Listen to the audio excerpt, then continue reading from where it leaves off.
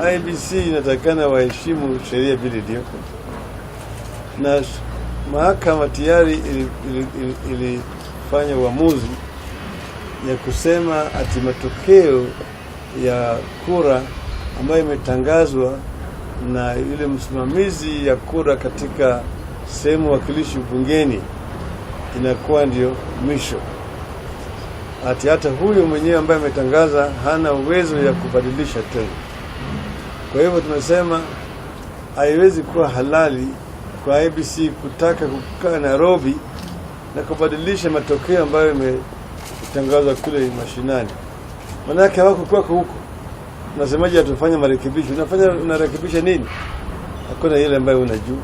Kama kuna shida watu waende mahakamani.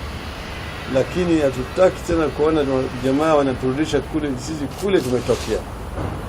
Sisi tumetoka Misri kitambo kwa mambo ya uchaguzi. Hatutaki hii IEBC iturudishe nyuma.